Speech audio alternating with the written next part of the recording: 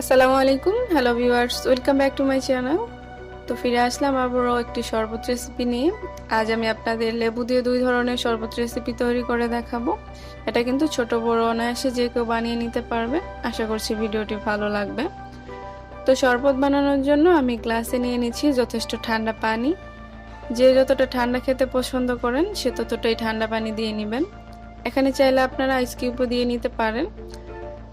তো পানি ঢালা হয়ে গেছে, এখন আমি এর মধ্যে চিনি দিয়ে দিব প্রত্যেকটি গ্লাসে 2 চা চামচ করে।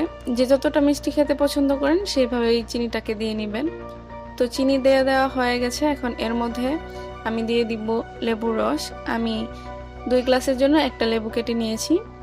পুরো লেবুটাকে আমি 2 গ্লাসে সমান করে দিয়ে দিব।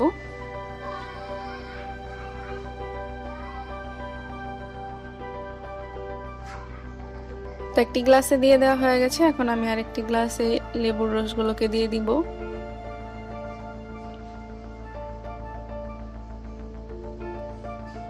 তো এখন একটি গ্লাসে দিয়ে দিচ্ছি আমি তুকমা দানা। তুকমা দানাটা কিন্তু স্বাস্থ্যের জন্য অনেক বেশি উপকার। আপনারা চাইলে ইফতারে এই তুকমা দানাটা প্রতিদিন খেয়ে নিতে পারেন, শরীর স্বাস্থ্য অনেক বেশি ভালো থাকবে।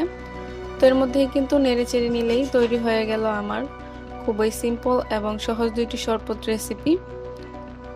এটা তৈরি করতে কিন্তু খুব বেশি সময় লাগে না, মাত্র 2 মিনিটেই কিন্তু ছোট বড় যে কেউ এই রেসিপিটি তৈরি করে নিতে পারবে। ইফতারে কিন্তু এই রেসিপিটি লাগে আমাদের।